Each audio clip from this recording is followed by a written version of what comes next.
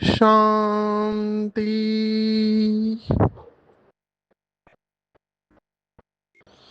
आज 7 नवंबर 2025 भारत में शुक्रवार है। Today is 7th November 2025 and it's Friday in Bharat. आज की मुरली का जादुई रहस्य स्वयं को प्रेरणा देने के लिए magical secrets of today's Murli for motivating the self. आज की साकार मुरली मैं एक शब्द के ऊपर लेना चाहूँगा और वो शब्द भक्ति मार्ग वाले भी उसको पावर देते हैं और ज्ञान मार्ग में भी बाबा ने उसी को पूरी पावर देके रखी है। भक्ति मार्ग का शब्द है समय और ज्ञान मार्ग में बाबा ने कहा ड्रामा। दोनों का भाव एक है। भक्ति मार्ग में कहते हैं समय की बलि आ रही है, अंग्रेजी में कहते हैं time and tide waits for none, माना समय और समुंदर की लहरें किसी के लिए रुकती नहीं है। बहुत सारी समय के साथ कहावतें जुड़ी हुई है। वो कहते हैं wasting time is wasting one's life. आज जो समय के साथ बाबा ने शब्द जोड़ा हुआ है वो है शुभ समय।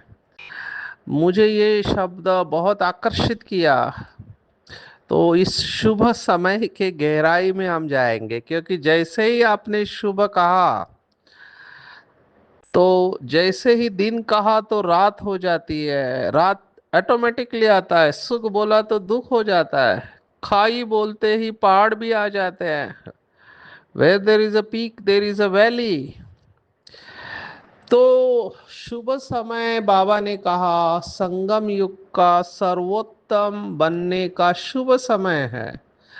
क्यों शुभ समय है? क्योंकि ये एक ही समय है जब बाप तुम्हें नर से नारायण बनने की पढ़ाई पढ़ाते हैं। नर से नारायण बनाते नहीं है किसी को, पढ़ाई पढ़ाते हैं। ये भी इम्पोर्टेंट है। भगवान को भाग्य विधाता कहते हैं, माना वो भाग्य बनाने का विधान बताते हैं। विधाता है वो, तो विधान बताता है, नियम बताता है। चलना न चलना हमारे हाथ में है। हमने ये कई बार देखा है कि भगवान नंबर नहीं बनाता है, भगवान न्यायी है, वो फुल जस्टिस करता है। उसने पावर देके रखी है बच्चों को, जिसको भक्ति मार्ग में भी कहते हैं कि फ्री विल है। हर एक को फ्री विल है, क्या बनना है क्या नहीं बनना है हमारे हाथ में है। बाबा ने कितनी अव्यक्त मुरलियों में कहा हुआ है कि संगम युग का एक सेकेंड अनेक वर्षों के बराबर है। तो एक सेकेंड वेस्ट किया माना अनेक वर्ष वेस्ट किए। और ये सबसे बड़ी रियलाइजेशन महसूसता इस ज्ञान मार्ग में होती है कि संगम युग का समय बहुत वैल्यूएबल है। यही एक बात है जिस आधार पर पीछे आने वाले बाबा के बच्चे लास्ट सो फास्ट और फास्ट सो फर्स्ट जा सकते हैं। बाबा ने एक मुरली में कहा था कि 7 दिन वाला बाबा का बच्चा, माना जिसे बाबा के पास आके केवल 7 दिन हुए हैं, वो 30 साल वाले से आगे जा सकता है। भगवान वाच है, माना सत्य है ये बात। अब इस 7 दिन वाला कैसे आगे जा सकता है? तो ये संभव है अगर आप 7 दिन को देखो। तो हम मैनेजमेंट में कहते हैं, अभी ये मुझे कैलकुलेशन देखना पड़ेगा, शायद 86,400 सेकेंड्स। माना एक दिन में 86,400 सेकेंड्स हर एक व्यक्ति को मिलते हैं। मैनेजमेंट वाले इसे कहते हैं, देखो कितना अच्छा तरीका है समझाने का, कि हर एक के बैंक अकाउंट में रोज 86,400 सेकेंड या रुपए डिपॉजिट किए जाते हैं। अभी आपके हाथ में है कि इन रुपयों को वेस्ट करने का या इनको इन्वेस्ट करके इनको डबल करने का। तो हम सबके पास इक्वल अपॉर्चुनिटी है। कोई एक बहाना ही दे नहीं सकता कि क्या करूं, मेरे पास टाइम नहीं है। एक्चुअली मैनेजमेंट में हम इसको एक्सेप्ट नहीं करते हैं। समय नहीं है, इस बात को हम मानते ही नहीं है। माना ये बोलना भी गलत है कि मेरे पास समय नहीं है। जब हम शिविर लेते हैं या कोई लेक्चर लेते हैं, तो बहुत सारे लोग हमको ये बहाना देते हैं कि माफ करना, हम आना तो चाहते थे लेकिन हमारे पास समय नहीं है। मैनेजमेंट कहता है समय नहीं है, ऐसा हो नहीं सकता है। समय सबके पास होता है, सिर्फ प्रायोरिटी अलग होती है, प्राथमिकताएं अलग होती है। तो जब कोई व्यक्ति, हम उनको सेंटर पे बुलाते हैं कि आप 7 डेज कोर्स करो, मेडिटेशन करो, और वो कहता है समय नहीं है, तो हमको कुछ और सुनाई देता है कि मेडिटेशन सीखना मेरी प्राथमिकता नहीं है, मेरी प्रायोरिटी है पैसे कमाना या घूमने जाना या और कुछ करना, लेकिन समय नहीं है। ये बहाना हो गया। ये बात हमको भी लागू पड़ती है। हमको ये बात कैसे लागू पड़ती है कि जब हम बहाना देते हैं कि बाबा क्या करूं, दिन भर बहुत बिजी था इसलिए याद करने का समय ही नहीं मिला। क्या करूं? तो कंपनी में क्या करते हैं लोग, मैनेजर्स को ये स्किल सिखाते हैं। माना जो कंपनी के मैनेजर है, जिसके हाथ में होता है कि बिजनेस को कैसे बढ़ाने का, तो उसमें मैनेजर की विशेषता ये होती है कि उसको टाइम मैनेजमेंट आना चाहिए। टाइम मैनेजमेंट, बाबा ने हमको कितने बार कहा है कि सबसे बड़े बिजनेसमैन तो तुम हो। तो लौकिक बिजनेसमैन का एक एक सेकंड का वैल्यू होता है। आपने देखा होगा प्राइम मिनिस्टर, प्रेसिडेंट या बिजनेसमैन, तो जब आप किसी प्रेसिडेंट से मिलने जाओ, किसी भी कंपनी के प्रेसिडेंट, तो उसकी सेक्रेटरी उसका शेड्यूल देखती है कि कब वो फ्री है, और फिर कहती है आपको इस टाइम पे 5 मिनट मिल सकते हैं, इस महीने में टाइम ही नहीं है सर के पास। तो आप सोचो, ये लोग तो कितना कमाते होंगे। ऐसा कोई बिजनेसमैन नहीं होगा जो एक कदम में पदम कमा है। एक पदम माना एक के ऊपर 15 जीरो, एक के ऊपर 15 जीरो माना आप देखो, 5 जीरो माना लाख, 7 जीरो माना 1 करोड़। आप बढ़ाते जाओ आगे, तो उसका डबल माना लगभग डबल, 15 जीरो। इतनी कमाई किसी के भी हो नहीं सकती है। तो भगवान वाच है कि बच्चों के कदमों में पदम है। मतलब अब ये कदम स्थूल नहीं है, भले आप चल नहीं रहे हैं, लेकिन संकल्प रूपी कदम, तो संकल्प रूपी कदमों में पदम समाये हुए हैं। एक संकल्प किया, पदम जमा हो गए कि मैं विश्व की स्टेज पर हूँ। दूसरा संकल्प किया कि विश्व की सर्व आत्माएं अनेक जन्मों के लिए सुखी हो जाए, और पदम जमा हो गए। तीसरा संकल्प किया, बाबा से शक्तियां मेरे अंदर आ रही है और चारों तरफ विश्व में फैल रही है। पदम के ऊपर पदम के ऊपर पदम के ऊपर पदम जमा होते जा रहे हैं। सोचो, इतनी कमाई करने वाला व्यक्ति जिसको ये रियलाइजेशन है, महसूसता है, वो अपना समय वेस्ट कैसे कर सकता है? असंभव है। तो जब कोई बाबा का बच्चा समय के मूल्य को नहीं जानता है, तो समय भी उसको मूल्य नहीं देता है। इस बात को अच्छी तरह से समझना। देखो, बाबा ने कई मुरलियों में कहा है, खास करके विदेशी भाई बहनों को बाबा ने अप्रिशिएट किया है। किस लिए? तो बाबा को विदेशियों का एक प्रोजेक्ट बहुत अच्छा लगता था, जिसका नाम है कॉल ऑफ टाइम, माना समय की पुकार। बाबा को ये प्रोजेक्ट बहुत अच्छा लगता था।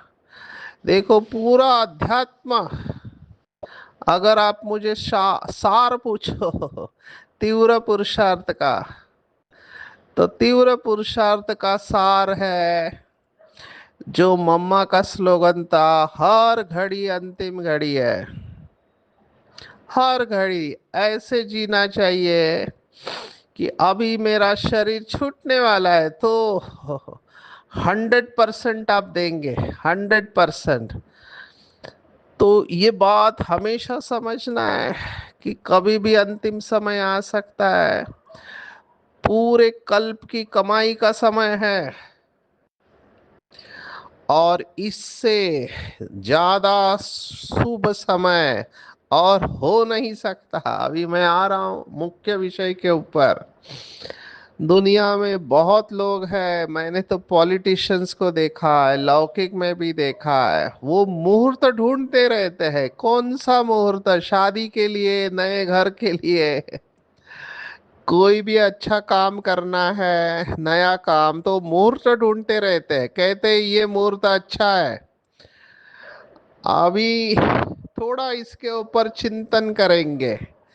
जब भगवान कह रहा है संगम युग का हर क्षण शुभ है, तो अशुभ शब्द हमारे डिक्शनरी में रहना ही नहीं चाहिए।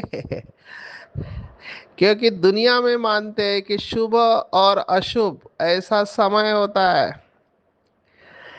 बाबा के भी कई बच्चे हैं मुहूर्त के अनुसार चलते हैं। मैंने आज तक अपने जीवन में कभी मुहूर्त देखा नहीं। मैं ये सोचता हूँ, मानता हूँ और चलता हूँ कि हर घड़ी शुभ घड़ी है, क्योंकि संगम युग पे है हम। आप कलयुग में होंगे तो शुभ और अशुभ होगा।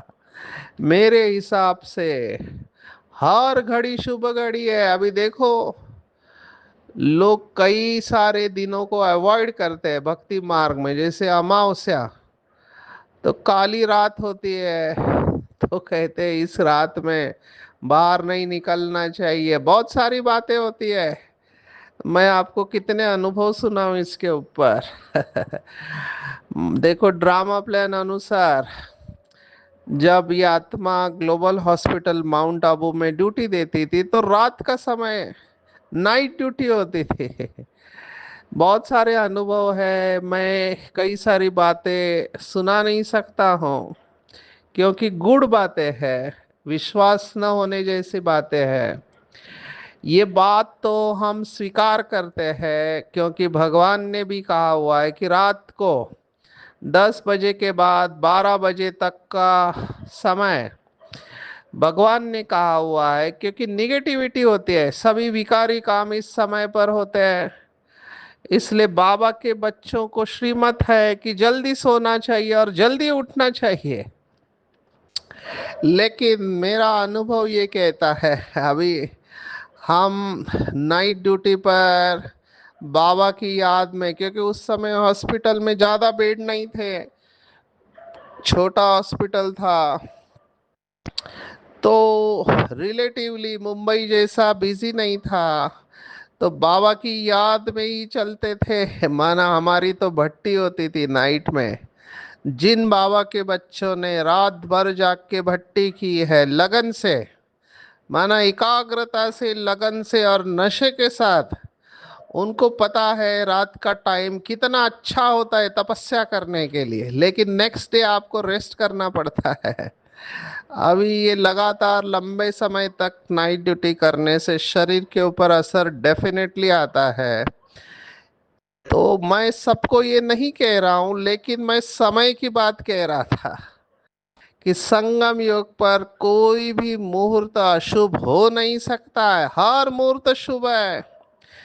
हमारे विचार के साथ मान्यता रखने वाले हमारे एक डॉक्टर साहब, जिनका 100 बेड का हॉस्पिटल है, अभी देखो हमने उनका इंटरव्यू भी लिया। ये इंटरव्यू आप सीक्रेट ऑफ अल्टीमेट लिविंग के एपिसोड्स में देख सकते हैं, अभी मुझे वो एपिसोड नंबर याद नहीं है। हमारे साइकियाट्रिस्ट डॉक्टर गुजरात के पाटन के, जिनका नाम है डॉक्टर कांतिभाई पटेल, बहुत सीनियर साइकियाट्रिस्ट है, उनके बच्चे भी साइकियाट्रिस्ट है।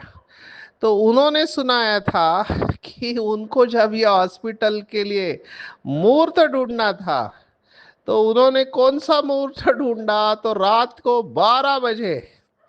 अभी लौकिक के हिसाब से ये शुभ नहीं कहेंगे, लेकिन उन्होंने केवल ये दिखाने के लिए कि मुहूर्त कुछ होता नहीं है, रात को 12 बजे वो क्या बोलते हैं उसको, फावड़ा बोलते हैं या जो भी कुदर बोलते हैं, जिससे मिट्टी खोदी, और उनको और विचित्र अनुभव हुए, वहां पे उनको खोपड़ी मिली। लेकिन वो आगे बढ़े उसी हालत में, आज वहां पे बहुत सक्सेसफुल उनका हॉस्पिटल चल रहा है। हमने तो विजिट भी किया पाटन गुजरात में, जहाँ पर रिसर्च होता है, नर्सिंग ट्रेनिंग इंस्टीट्यूट है, और बाबा का सेंटर भी है, मुरली चलती है, आप सोचो। तो उनको पूछा हमने कि इतना बड़ा आप, लौकिक के हिसाब से आपको घर वालों ने कैसे आपने हिम्मत किया है, बोला मेरी तो मान्यता थी कि हम ये सब चीजों में जाते ही नहीं है, हमारे विचार अच्छे होने चाहिए, भावना अच्छी होनी चाहिए। तो मैं भी इस बात से सहमत हूँ। मैं जरूर मानता हूँ कि कुछ दिनों में एनर्जी का डायनामिक्स अलग होता है, इसमें कोई दो राय नहीं है। जैसे हिंदी में ये बहुत बड़ा सब्जेक्ट है, मैं शॉर्ट में समराइज कर रहा हूँ, क्योंकि नहीं तो चिंतन किसी और दिशा में जाएगा। ये जो ज्वार भाटा होता है, माना हाई टाइड और लो टाइड होता है, तो अंग्रेजी में एक शब्द है ल्यूनेटिक। ल्यूनेटिक माना जिनको पागलपन का झटका आता है। तो ये झटके देखे गए हैं, अमावस्या या पूर्णिमा के दिन ये झटके होते हैं। तो उसका स्पष्टीकरण देते हैं कुछ लोग कि जैसे इस दिन चंद्र का जो भी तेज है वो समुद्र की लहरों को कम ज्यादा करता है, तो हमारे शरीर के अंदर भी पानी होता है, वो भी सलाइन है। तो ब्रेन के फ्लूइड के ऊपर जो सेंसिटिव लोग हैं उनके ऊपर इसका असर आता है, और उनको हिंदी में चांद मारा कहते हैं, अंग्रेजी में ल्यूनेटिक, हिंदी में चांद मारा कहते हैं। तो लोग इस दिन पर कई लोग नारियल फोड़ते हैं, पूजा करते हैं, पता नहीं और क्या क्या करते हैं, हमने तो ये कभी किया नहीं। पर हम ये मानते हैं कि कुछ लोग सेंसिटिव होते हैं एनर्जी चेंजेस में, और कुछ लोग इसी समय को साधना के रूप में इस्तेमाल करते हैं। हम इन दोनों से परे जाएंगे। और मैं फिर से कह रहा हूँ, संगम युग का हर क्षण शुभ है, क्योंकि भगवान कह रहा है कि अम्मा मरे तो हलवा खाओ। अभी किसी की मौत शुभ कैसे हो सकती है, लेकिन भगवान कह रहा है अम्मा मरे तो हलवा खाओ।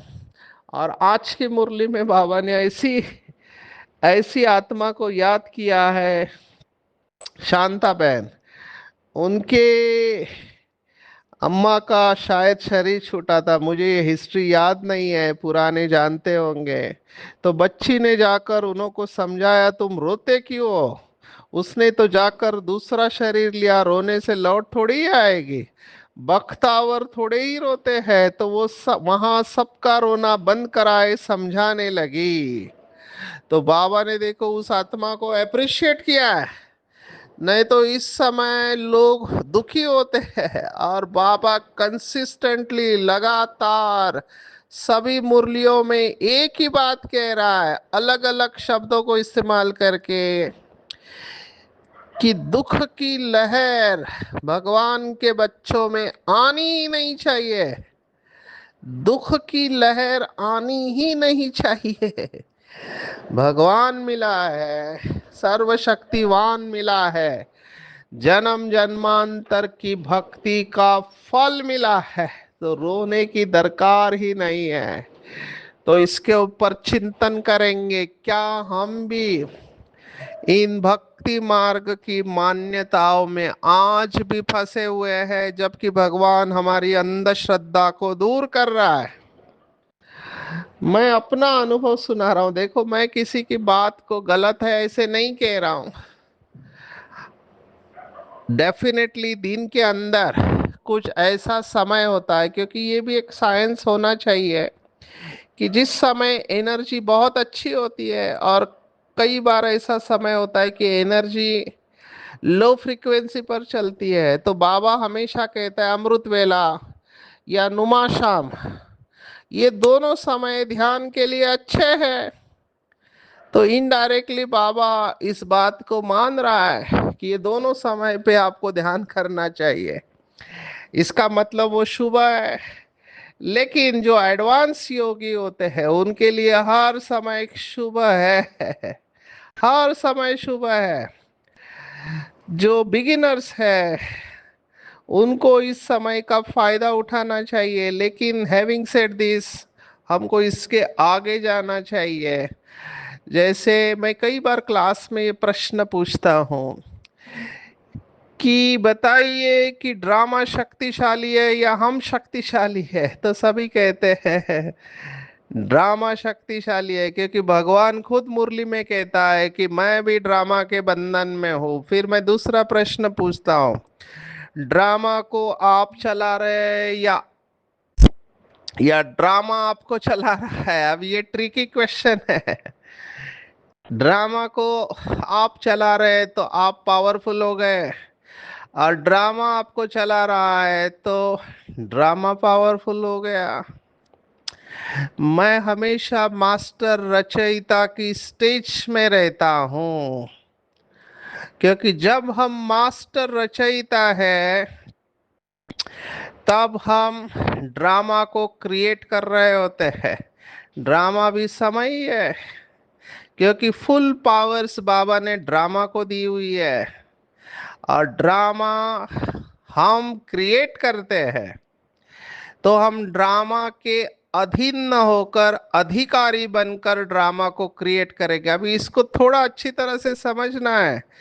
इसका मतलब ये नहीं है कि हर वक्त जैसा हम चाहे वैसा ही ड्रामा हो। नो, हो सकता है हम हार जाए ड्रामा में, हमारी इच्छा के विरुद्ध बातें हो, लेकिन फिर भी जब मैं कह रहा हूं मास्टर रचयिता, मतलब हमारे विचार और भावनाएं कैसी भी सीन सीनरी हो उसमें स्थिर रहेंगे, सकारात्मक रहेंगे। आप इसके ऊपर चिंतन करना। क्या आप भी ये समझते हैं कि ड्रामा में हर क्षण शुभ होता है? मृत्यु से बड़ी और कोई बात हो नहीं सकती है। सबसे बड़ा तनाव का कारण हमारे नजदीक के व्यक्ति का शरीर छूटना है, और बाबा कह रहा है हर क्षण शुभ है, सर्वोत्तम बनने का है, क्योंकि every moment there is an opportunity बेहद में जाने की। तो चिंतन करेंगे इसके ऊपर, मैं इसमें और समय नहीं दूंगा। बाबा ने कहा यही समय है, तमो प्रधान कनिष्ठ से सतो प्रधान पुरुषोत्तम बन रहे हो। सतो प्रधान को ही सर्वोत्तम कहा जाता है, तो हम इस समय सर्वोत्तम बनते हैं। फिर बाबा ने आज माला को भी याद किया है। एक है रुद्र माला और एक है विष्णु की माला। तो बाबा ने समझाया रुंड माला भी होती है, रुद्र माला। विष्णु के गले में रुंड माला दिखाते हैं क्योंकि हम विष्णुपुरी के मालिक बनते हैं। तो विष्णु के गले का हार बनते हैं, पहले पहले शिव के गले का हार बनते हो, जिसको रुद्र माला कहा जाता है, जो जपी जाती है। माला की पूजा नहीं होती है लेकिन सिमरण होता है। अभी माला में बाबा ने देखो क्या कहा, माला का दाना वही बनते हैं जो विष्णुपुरी की राजधानी में नंबर वन आते हैं। फूल है शिव बाबा, और फिर प्रवृत्ति मार्ग है तो युगल दाना। तो चेक करना चाहिए, क्या मैं माला का मन का बनने के लायक पुरुषार्थ कर रहा हूं? इसके ऊपर भी चिंतन करेंगे। आज आत्मा की बात आई है क्योंकि मृत्यु के साथ बाबा ने कहा पहले बुलाते थे तो आत्मा जाती थी। अभी इसका मैकेनिज्म बाबा ने कहा देखो, आगे आती थी, अब वो कोई शरीर छोड़कर तो नहीं आती है, ये ड्रामा में पहले से ही नूंद है, बस यही एक वाक्य दिया है। उसका मैकेनिज्म नहीं बताया। हमको चिंतन करना है कि जब आत्मा शरीर छोड़ के नहीं आती है तो फिर कैसे होता है ये सब। इसके ऊपर बहुत बड़ा स्पष्टीकरण है, मैं समय के अभाव से इसमें नहीं जा रहा हूं। मैं ये कह रहा हूं बाबा नहीं चाहता है कि हम रोए, क्योंकि सतयुग में कोई रोता नहीं है, कभी नहीं रोते हैं। ये तो श्री कृष्ण का बाबा ने का कलंक लगाए है। माखन चुराया, मटकी फोड़ी, यह किया, फिर उसको काला भी बताया है। बाबा ने इसका राज हम सबको बताया हुआ है, इसलिए हम इसमें नहीं जाएंगे। एक ही ध्यान में रखेंगे, ये हार जीत का खेल है। हार जीत का खेल है, कभी माया जीतती है, कभी हम जीतते हैं। लास्ट में माया हमारे गले में हार पहनाएगी, हार दिलाएगी नहीं, हार पहनाएंगी। गीता की भी महिमा आई है, लगातार पिछले कुछ दिनों से श्रीमद् भगवत गीता लॉकेट गले में पहनना, बाबा बार बार वही बातें कह रहे हैं। इसका मतलब ये बात बहुत इंपॉर्टेंट है। लेकिन बाबा ने कहा ओरिजिनल गीता देखो, भगवान स्वयं सुना रहा है। कितना किताब बनाएंगे, शुरू से बाबा सवेरे सवेरे सुनाता था, फिर मम्मा सुनाती थी, तब से छपते आ रहा है। और इस समय की भगवत गीता कितनी छोटी है। तो चिंता नहीं करनी है, खुशी में रहना है। किसी का शरीर छूटे तो भी खुशी में रहना है। कंट्रोलिंग पावर को यूज करना है। बाबा ने स्वराज्य अधिकारी की बात कितने बार कही है, दो powers, controlling power and ruling power. तो कंट्रोलिंग पावर को कैसे यूज करेंगे, तो बाबा ने उसके लिए कहा समेटने की शक्ति चाहिए, पावर टू पैकअप। एक सेकंड में विस्तार में जाए और एक सेकंड में सार से सार में आ जाए। ऐसी कंट्रोलिंग पावर जिसके अंदर होगी, ऐसा अभ्यास जिसका होगा, वही लास्ट पेपर में, सेकंड के पेपर में पास विद ऑनर बन जाएंगे। तो बाबा ने इस अभ्यास को टॉप मोस्ट प्रायोरिटी दी है, बहुत इंपॉर्टेंट है।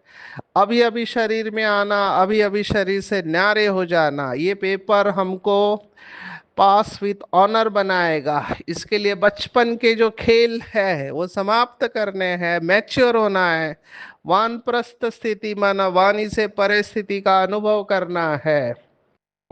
और जैसे अर्जुन था, उसको पूछा क्या दिखाई दे रहा है, तो पंछी के आंख का केंद्र का बिंदु। तो जैसे अर्जुन स्मृति स्वरूप बन के नष्ट मोहा बना, ऐसे ही हम बाबा के बच्चे ज्ञान सुनने और मनन करने वाले अर्जुन बने, ऐसा पुरुषार्थ करे कि सभी जीते जी मर पड़े हैं। ऐसी बेहद की वैराग्य वृत्ति वाले ही अर्जुन बनकर नंबर 1 ले सकते हैं। आज की पूरी मुरली में टेको, संगम युग का हर सेकंड सर्वोत्तम बनने का शुभ समय है, क्योंकि इस समय मैं नर से नारायण बन रहा हूं, इसलिए एक सेकंड भी मैं वेस्ट नहीं करूंगा, हर सेकंड को सफल करूंगा। हमारे पास ड्रामा की ऐसी नॉलेज है कि हम कभी रो नहीं सकते, क्योंकि परवाह हमारी एक ही थी, पार ब्रह्म में रहने वाला शिव बाबा मुझे मिल जाए। तो मैं रो कैसे सकता हूँ, क्योंकि वो मुझे मिल गया। मैं बख्तावर माना भाग्यवान बाबा का बच्चा हूँ। ज्ञान तलवार से विकारों को जीतना है, ज्ञान के संस्कार भरने हैं, भाग्यवान बनने की खुशी में रहना है, किसी भी बात की चिंता नहीं करनी है। कंट्रोलिंग पावर द्वारा एक सेकंड के पेपर में पास होना है, समझने की शक्ति का अभ्यास करना है, सेकंड में विस्तार में, सेकंड में सार में आ जाए, वाणी से परे रहने का अभ्यास करना है, और अर्जुन समान बिंदी की स्मृति में रहना है। ज्ञान सुनने और मनन करने वाले जीते जी सब मरे पड़े हैं, ऐसी बेहद की वैराग्य वृत्ति द्वारा नंबर 1 लेना है। अच्छा, ओम शांति।